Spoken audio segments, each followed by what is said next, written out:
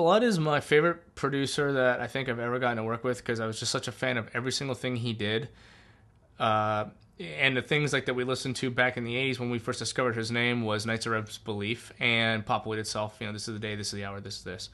And those two records were just like, jeez, And then he did Depeche Mode. I mean, it was just everything he did, before and after working with us on everything is just genius. And he's my favorite producer because some producers, in my opinion, a producer's job is you have to have a little bit of business because the label, you're like the middleman between the band's creativity and the label's like writing you giant checks so you can go make your records. But it's also getting the best out of the band and making the best record that band is going to make at that time. And some producers just have like a team of engineers and a Pro Tools guy. And they come in and no matter who they work with, it comes out the other end sounding exactly like everything else.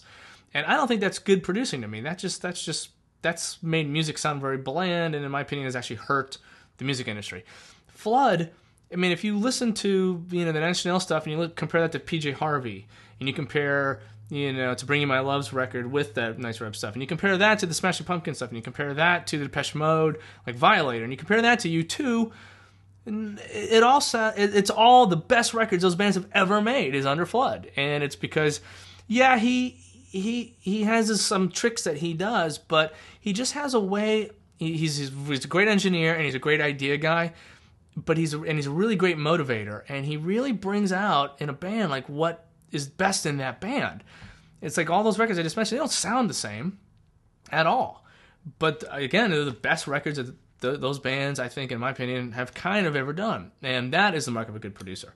Not just making every single thing sound the same so that the one radio station that plays rock music will play it because, it sounds just like the other 10 songs we play, so we'll play that one too. That's bad production. So, man, working with Flood, I've learned, and he was like, and he was a teacher as well. Like he would be. I've worked with some people who you go into their mix rooms, and they have cross patched like the kick drum and the snare drum into every piece of gear in the room. So every kick and snare, there's 40 pieces of gear firing off lights and LEDs because he really doesn't want you to know what's really being used. And Flood would be the opposite. He would sit in a room.